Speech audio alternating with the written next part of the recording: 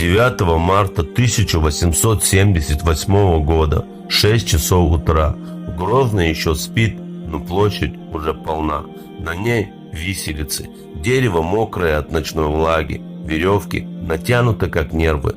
Выводят 11 человек, тех, кто отказался кланяться царю, тех, кто выбрал честь вместо жизни. Очевидец потом напишет: «Меня поразило спокойствие, с которым эти люди умирали. Солдаты ожидают истерик, ожидают криков, но видят другое. Полное молчание и спокойный взгляд смерти в глаза. Алибека ставят на табуретку, веревка ложится на шею.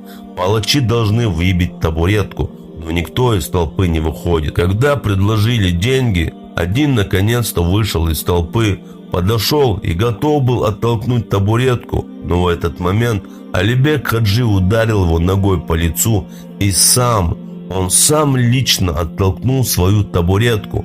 Падало не тело, висел Нохчо, который даже последнюю секунду своей жизни не отдал врагу. В этот день умерли тела, но родилась легенда. Легенда о том, что чеченца можно убить, но нельзя согнуть. Что честь – это не слово, а выбор.